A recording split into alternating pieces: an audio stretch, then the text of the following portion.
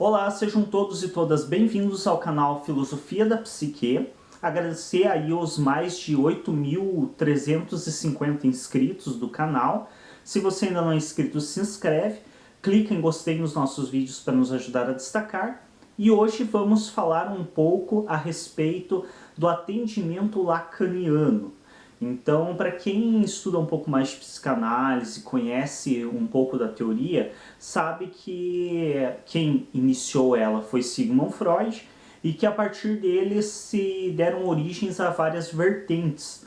Então tem a psicanálise winnicottiana, tem a psicanálise que foi iniciada pela própria filha de Sigmund Freud, pela Anna Freud.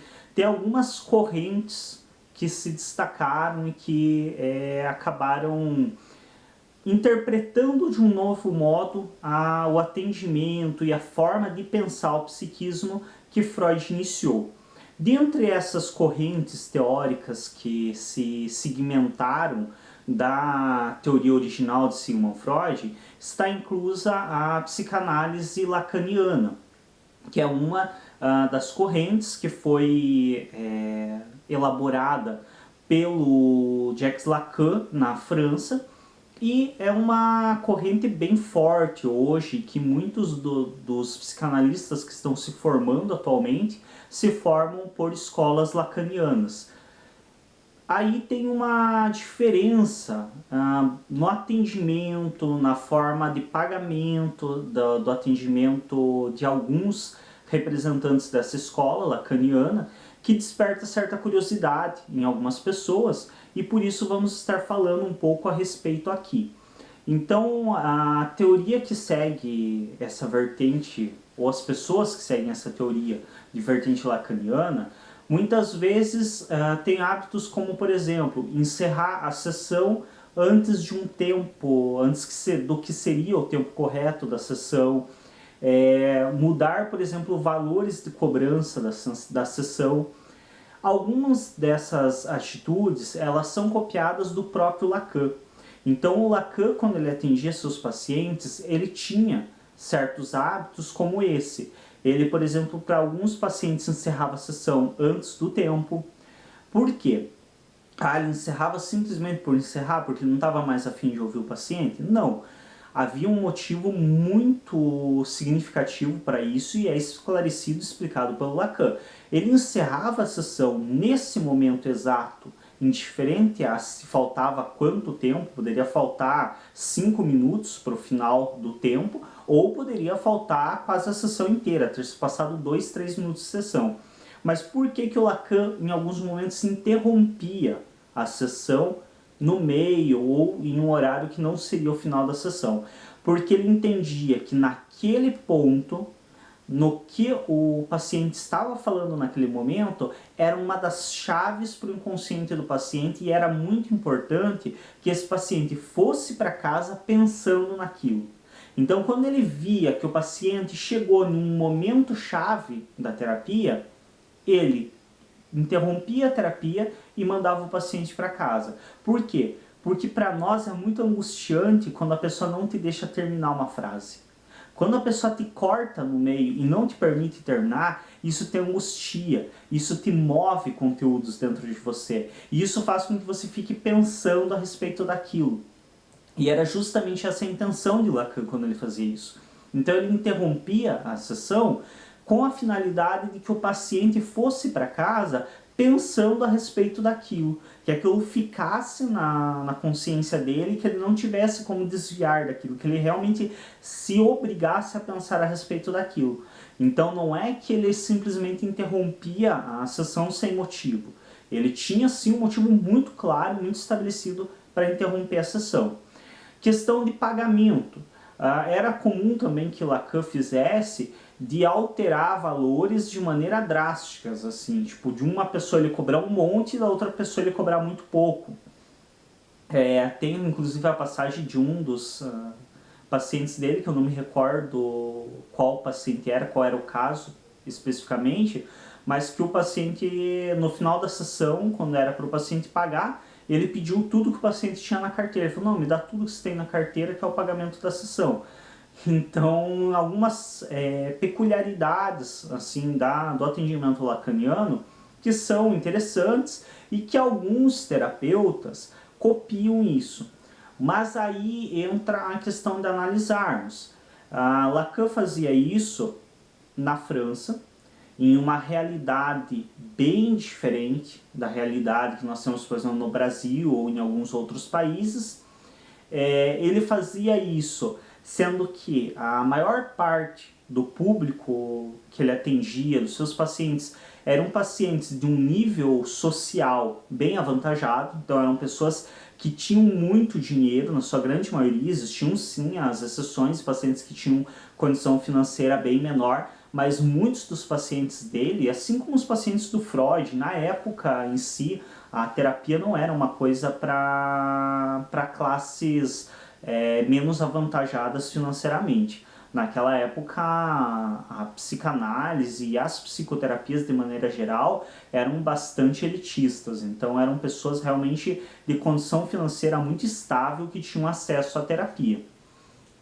Quando nós pensamos nisso, que o atendimento que Lacan fazia era em geral para pessoas de uma condição financeira muito boa, pessoas de uma outra cultura, de um outro entendimento, e não que isso necessariamente seja melhor do que a nossa, mas uma outra forma de pensar, uma outra forma de se posicionar em relação ao mundo, e que o próprio Lacan era ele. Então também eu fico com o pé atrás quando as pessoas tendem a querer copiar a atitude de outro terapeuta. Eu pensaria bem por quê?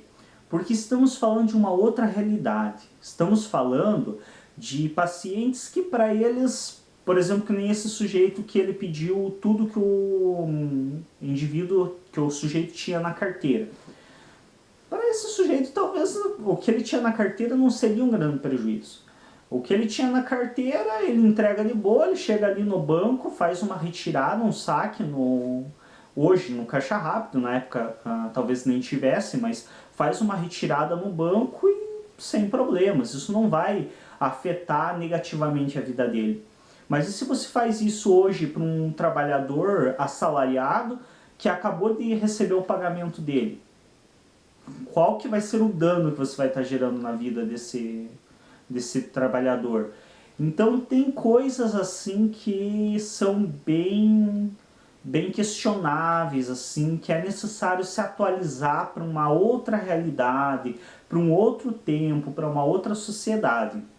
É que nem quando a gente fala em relação ao próprio segmento da teoria psicanalítica freudiana. Então existem posicionamentos de Freud que nós sabemos que hoje não é coerente serem aplicados. As próprias questões da teoria, as reinterpretações que vêm da teoria. Você entender, eu sempre menciono, função paterna e função materna. Você entender hoje como se só a mãe cuidasse e desse atenção para a criança e só o pai castrasse, é uma coisa que não se aplica à nossa realidade. É uma coisa que não se aplica à nossa cultura. Então é preciso se ter esse cuidado e esse olhar para uma teoria que muitas vezes não se aplica ao pé da letra à realidade na qual você está inserido.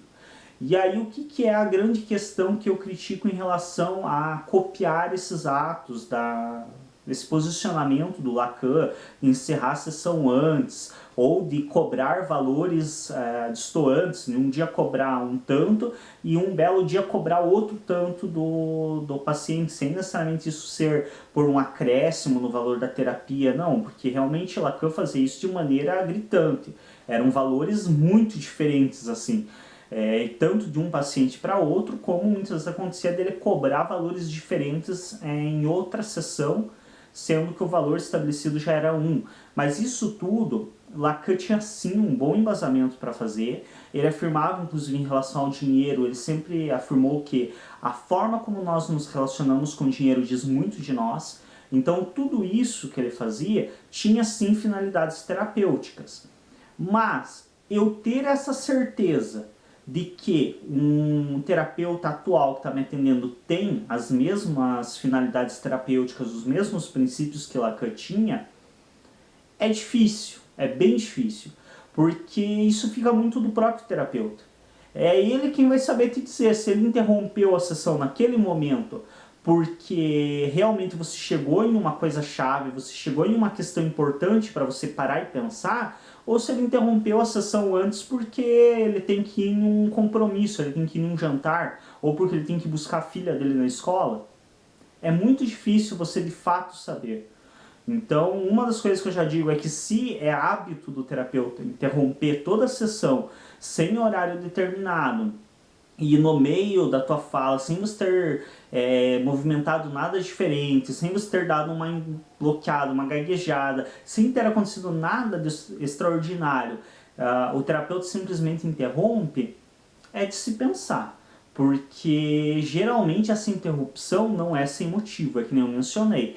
Lacan fazia isso porque havia um motivo específico. O cliente ou paciente tinha chego em um momento chave da terapia que era necessário ser interrompido. Era importante para aquele paciente, para a sua terapia, que existisse esse corte. Então não era sem motivo, não era à toa. Por isso que eu tenho um pouco de cautela e eu sempre fico pensando a respeito. Eu já sabia desse tipo de atendimento lacaniano há muito tempo, inclusive uma das minhas mentoras que sempre me ensina a respeito de psicanálise, que fazemos discussões, que trabalhamos textos juntos, ela é de escola lacaniana e ela já mencionava com frequência esses aspectos do atendimento lacaniano. Mas como ela mesmo sempre levantava a questão ao mencionar, a pessoa que faz esse tipo de atendimento, que interrompe uma sessão no meio, que faz diferenças na cobrança, ela tem um embasamento teórico para estar fazendo isso. Então ela tem no que apoiar essa atitude, que é justamente no que Lacan se referencia, tanto ao tempo lógico do inconsciente e não ao tempo cronológico. Para quem quiser saber mais a respeito, eu vou deixar o link na descrição falando um pouco dessa questão da diferença entre o tempo cronológico e o tempo lógico. Como em relação ao pagamento, o próprio Lacan também estabelecia que a nossa relação com o dinheiro é significativa e diz a nosso respeito. Mas, ao mesmo tempo que uma pessoa que faça isso hoje, ela tem sim um embasamento teórico para apoiar isso, é preciso também que cada terapeuta pense a respeito de se esse tipo de ato é aplicável à realidade na qual ele está inserido. Será que para a realidade do paciente que eu estou atendendo hoje, que muitas vezes tem o dinheiro contadinho, não é como o paciente do Lacan, que podia gastar o que quisesse e ainda tinha dinheiro no banco para se sustentar sem problema nenhum. Não, estamos falando de uma realidade brasileira que muitas das pessoas, a grande maioria da população, tem o dinheiro contadinho até o final do mês. Que se faltar antes, vai passar fome. Então, é uma coisa de se pensar. A própria questão do horário de atendimento, encerrar a sessão logo no começo, depende. Está encerrando porque realmente o paciente chegou em um momento específico que é preciso ocorrer esse corte, ou está encerrando porque quer atender mais paciente para lucrar mais, ou está encerrando porque tem um compromisso, precisa sair. É preciso se pensar a respeito disso. E infelizmente, como eu mencionei, o paciente dificilmente vai saber qual das duas opções é a correta. Dificilmente o paciente vai saber se o terapeuta está encerrando a sessão porque de fato ali é um conteúdo importante, ou se ele está encerrando porque ele tem um compromisso depois. Ou se ele está cobrando a mais porque realmente aquilo tem um significado dentro da tua terapia, ou se ele simplesmente quer lucrar mais em cima de você. É uma coisa bem difícil de definir. E por isso que eu tenho minhas ressalvas e tenho minhas críticas a respeito. Porque abre brecha para conduta antiética. Então não é que o terapeuta que faz isso está sendo antiético. Ele tem sim um embasamento teórico para fazer isso. Agora, que muitos podem se utilizar disso para ter conduta antiética, pode. E dificilmente o paciente vai ter como de fato saber isso. Mas já começa pelo fato de que se o teu terapeuta interrompeu em um momento que para você não fez sentido nenhum, não te fez pensar em nada, talvez seja a hora de começar a pensar em talvez mudar de terapeuta. Então, se não está funcionando a terapia, ou se você não se agrada com a forma do terapeuta agir, talvez uma das opções seja buscar outro terapeuta. A terapia lacaniana, ela pode sim ser feita desse modo, mas não é uma obrigação. Então também não há nenhuma obrigação de que de fato o terapeuta tem que interromper antes do fim da sessão, ou que o terapeuta tem que fazer diferenças nos valores, na cobrança de valor. Isso é uma coisa que Lacan fazia, com vez ou outra, mas também não era necessariamente uma rotina dele esse tipo de situação. E que nem eu mencionei, é preciso se pensar no quanto que isso é aplicável à realidade na qual nós estamos inseridos. Um outro aspecto que eu creio que seja importante mencionar e que vai também de encontro com questões éticas é que existe uma questão em relação à resistência do paciente, tanto ao pagamento quanto a continuar a terapia.